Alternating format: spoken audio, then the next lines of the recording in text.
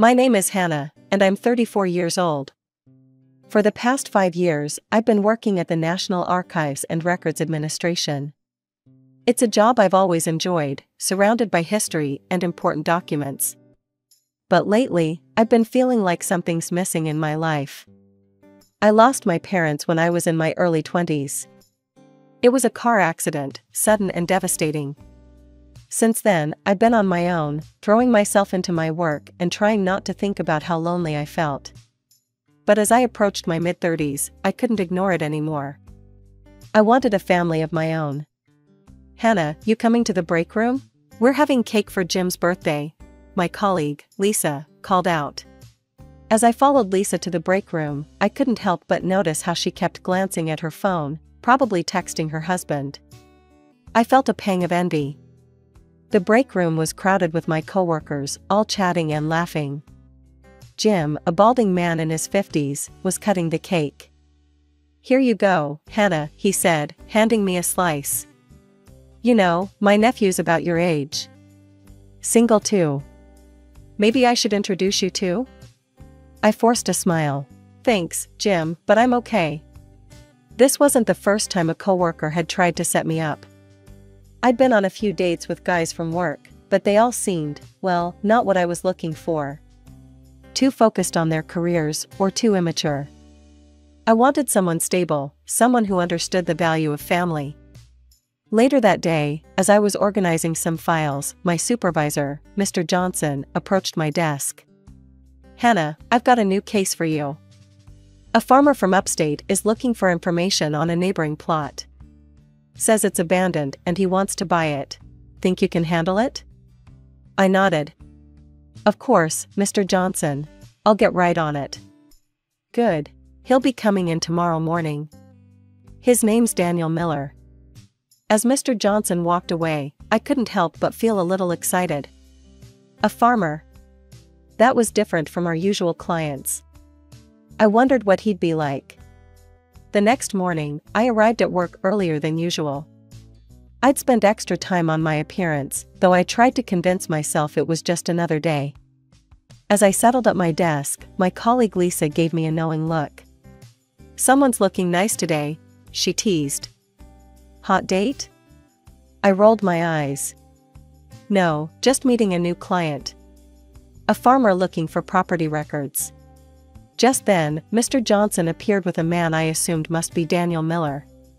My jaw nearly dropped. This was not the old, bearded farmer I'd imagined. Daniel was tall, probably in his early 40s, with salt and pepper hair and kind eyes. He wore jeans and a plaid shirt, looking somewhat out of place in our office full of suits. "Hannah, this is Mr. Miller," Mr. Johnson introduced us. "He'll be working with you on finding those property records." Daniel extended his hand. "Please, call me Dan." "It's nice to meet you, Hannah." His handshake was firm, his hands calloused from hard work. I felt a flutter in my stomach that I quickly tried to squash. "Nice to meet you too, Dan. Shall we get started?" As we settled into my workspace, I couldn't help but notice how Dan's presence seemed to fill the room. He had a quiet confidence about him that was intriguing. "So, tell me about this property you're interested in," I prompted, trying to keep things professional. Dan leaned forward, his eyes lighting up. "It's the plot next to my farm. Been abandoned for years. I'm hoping to expand, maybe start an orchard. But first, I need to track down the owners." As he spoke, I found myself drawn in by his passion. It was refreshing to see someone so enthusiastic about their work. We spent the next few hours poring over old property records. Dan was surprisingly knowledgeable, asking insightful questions that made our search easier. As we worked, we fell into an easy conversation. "So, how long have you been farming?" I asked during a lull. Dan's face softened.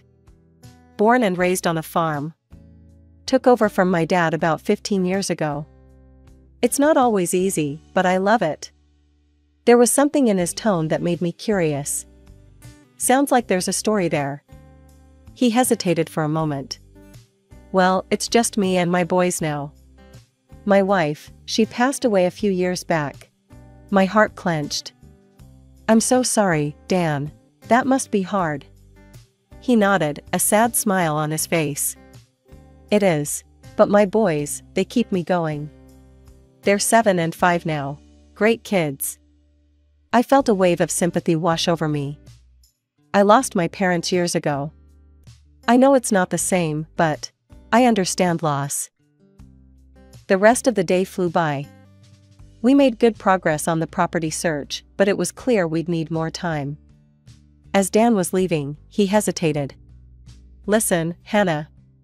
I know this is unconventional, but would you like to grab a coffee sometime? To discuss the case, of course. I felt my heart skip a beat. I'd like that, Dan. For the case, of course.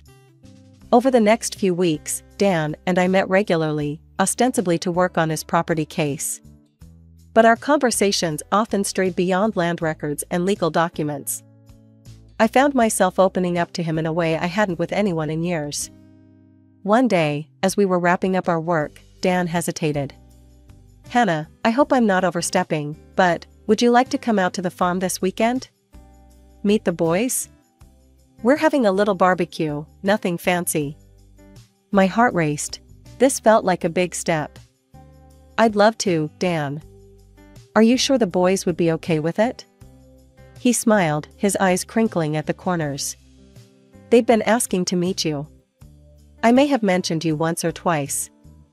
That Saturday, I found myself driving out to Dan's farm. The city gradually gave way to rolling hills and open fields. As I pulled up to the farmhouse, I saw Dan and 2 young boys waiting on the porch. Hannah, Dan called out, waving. Come meet the boys. I stepped out of the car, suddenly nervous. The younger boy hid behind Dan's leg, while the older one eyed me curiously. Boys, this is Miss Hannah from the archives. Hannah, these are my sons, Jack and Tommy. Jack, the older boy, stepped forward. Do you really work with old stuff all day? That's cool. I laughed, feeling myself relax. I do. Maybe I can show you some interesting documents sometime. Tommy, still shy, peeked out from behind Dan. Do you like chickens? We have chickens. And just like that, the ice was broken. The boys led me on a tour of the farm, showing me their favorite spots and introducing me to various animals. Dan followed behind, a soft smile on his face. As the day went on, I found myself falling into an easy rhythm with Dan and the boys. We grilled burgers, played catch in the yard, and ended the evening roasting marshmallows over a small fire. As the boys dozed off on a blanket nearby, Dan and I sat in comfortable silence, watching the stars come out. Thank you for today, I said softly. It's been wonderful. Dan turned to me, his face serious. Hannah, I need to be honest with you.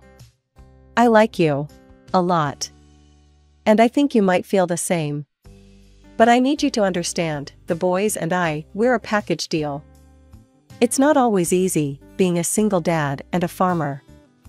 I took a deep breath, gathering my courage. Dan, I like you too. And your boys are amazing. I know it won't be easy, but I'd like to see where this goes. If you want to, that is. Dan's face broke into a wide smile. He reached out, taking my hand in his. I'd like that very much, Hannah. The months that followed were like a dream. Dan and I grew closer, and I found myself spending more and more time at the farm. The boys, Jack and Tommy, warmed up to me quickly, and I discovered a maternal instinct I never knew I had. One crisp autumn evening, as we sat on the porch watching the sunset, Dan turned to me with a serious expression. Hannah, these past 6 months have been the happiest I've had in years. I know it might seem fast, but when you know, you know. Hannah Thompson, will you marry me? Tears welled up in my eyes. Yes, Dan. Yes, I'll marry you. The wedding was a simple affair, held on the farm with only our closest friends and family present. As I walked down the makeshift aisle in a simple white dress, I saw Dan waiting for me, looking handsome in his suit. Jack and Tommy stood beside him, beaming. However, my joy was slightly dampened when I overheard Dan's parents talking during the reception. "She's awfully thin, isn't she?" his mother muttered.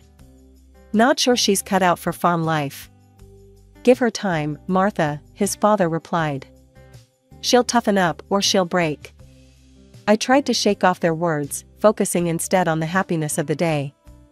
But a seed of doubt had been planted. After the honeymoon, I moved to the farm permanently. It was a big adjustment, leaving my job and city life behind.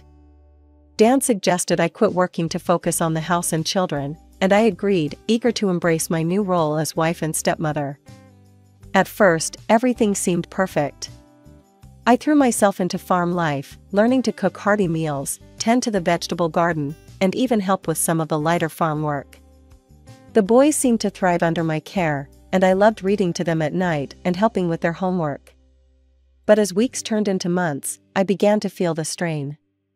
The work was endless and grueling. I'd never realized how much physical labor went into running a farm. My hands, once soft from office work, became calloused and rough.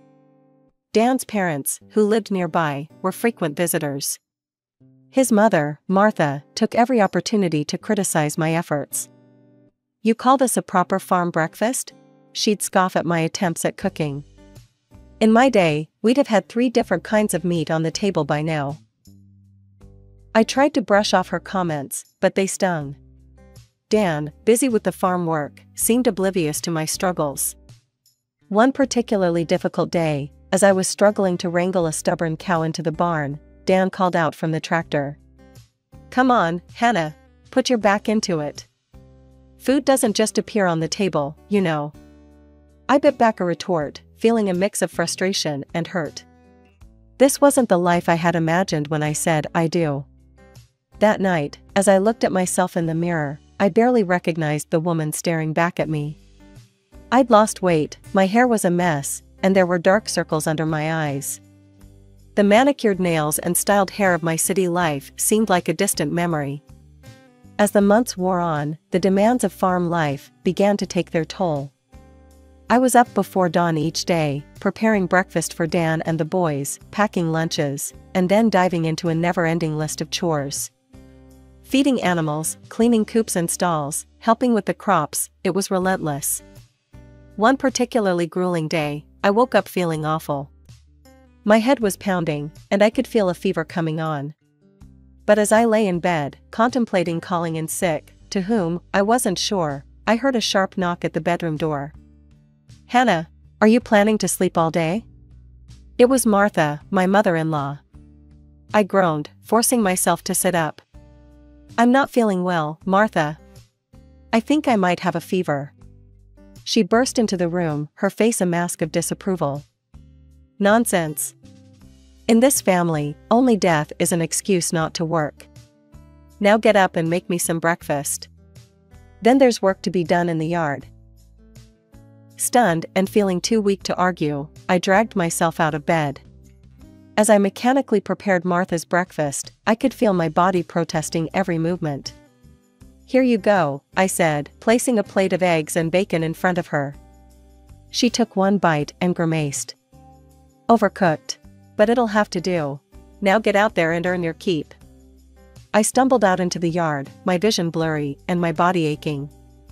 The world seemed to spin as I made my way to the chicken coop. As I bent down to clean it out, a wave of nausea hit me. I barely made it out of the coop before vomiting.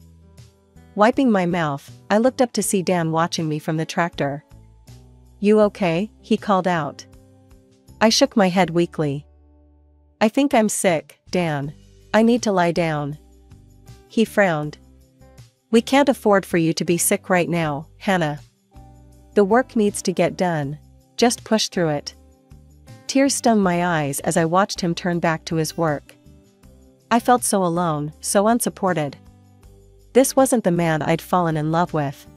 That night, as I lay in bed, my fever raging, it was Jack and Tommy who took care of me. They brought me water and cold compresses, their little faces creased with worry. "Are you gonna be okay, Hannah?" Tommy asked, his voice small. I managed a weak smile. "I'll be fine, sweetheart. Thank you for taking care of me." As the boys left the room, I heard Dan's voice in the hallway. "Boys, leave Hannah alone. She needs to rest so she can get back to work tomorrow." In that moment, something inside me snapped. This wasn't the life I wanted. This wasn't the family I dreamed of. I needed to make a change. But just as I'd made this resolution, life threw me another curveball. A few weeks later, as I was getting ready for another day of endless chores, a wave of nausea hit me. But this time, it wasn't from illness. With shaking hands, I took a pregnancy test. As I waited for the results, my mind raced. A baby? Now? How could I handle a newborn on top of everything else? When the test showed positive, I felt a mix of joy and terror. I had hoped for some reprieve from the grueling farm work, but my expectations were quickly dashed. If anything, the demands on me seemed to increase. "You're eating for two now," Martha would say, piling more work on my plate. "That means you should be working for two as well." I was 7 months along when Dan's father approached me one afternoon. "Hannah, we need to clear out the old storage room for the baby. Get to it, will you?" Exhausted and aching, I nodded silently and made my way to the cluttered room. As I sorted through years of accumulated junk, I came across a dusty old box tucked away in the corner. Curiosity got the better of me, and I opened it. Inside, I found a leather-bound book. As I flipped it open, my heart nearly stopped. It was a diary belonging to Marie, Dan's first wife. I knew I shouldn't read it, but something compelled me to do so. As I began to read, tears started streaming down my face. Marie's words painted a picture of a life not unlike my own: endless work, constant criticism, and a husband who seemed oblivious to her struggles. But as I read on, the entries became darker. "The pain is unbearable," one entry read. "I begged Dan to take me to a doctor, but he says we can't afford it. His parents say I'm just being weak. But I know something is wrong. I can feel it." My hands shook as I turned the pages. The final entry made my blood run cold. "I can't take it anymore. The pain, the work, the loneliness. They won't let me get help, won't even buy me medicine, because it's an unnecessary expense. I'm sorry, my sweet boys, but I can't go on like this. Dan, your parents, this is on you. I hope you can live with what you've done." I closed the diary, feeling sick to my stomach. This wasn't just a diary, it was a suicide note. Marie hadn't died from an illness as I'd been told. She had taken her own life, driven to desperation by the very people I was now living with. In that moment, everything became crystal clear. The way Dan and his parents treated me, their callousness towards my health and well-being, it wasn't new. They had done this before, and it had cost a woman her life. I carefully hid the diary in my room, my mind racing.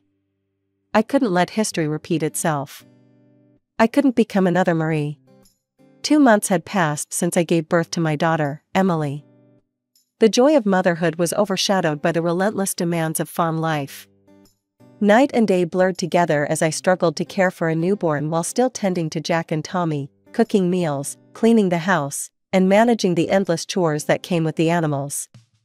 One afternoon, as I was hanging laundry outside, I heard raised voices coming from the barn. Curiosity and concern propelled me forward, and I crept closer to listen. "You killed her," Jack's young voice cracked with emotion. "You and Grandma and Grandpa, you killed Mom." The sharp sound of a slap echoed through the air, followed by Dan's furious voice. "Don't you dare say that again, boy. You think you're so smart, huh? Well, if you're too smart for your own good, maybe you don't need school anymore." My heart raced as I listened, frozen in place. Dan continued his tirade, his voice growing louder. "From now on, you'll work on the farm full-time. You'll earn your keep like the rest of us. You don't need an education to work here. You'll learn what really matters, how to put food on the table." I felt sick to my stomach. Jack was only 9 years old. The thought of him being denied an education, forced to work full-time on the farm, it was unthinkable. The next morning, Dan announced he was leaving for a 3-day farm produce fair with his parents. As soon as their truck disappeared down the driveway, I sprang into action. "Jack, Tommy," I called, my voice surprisingly steady.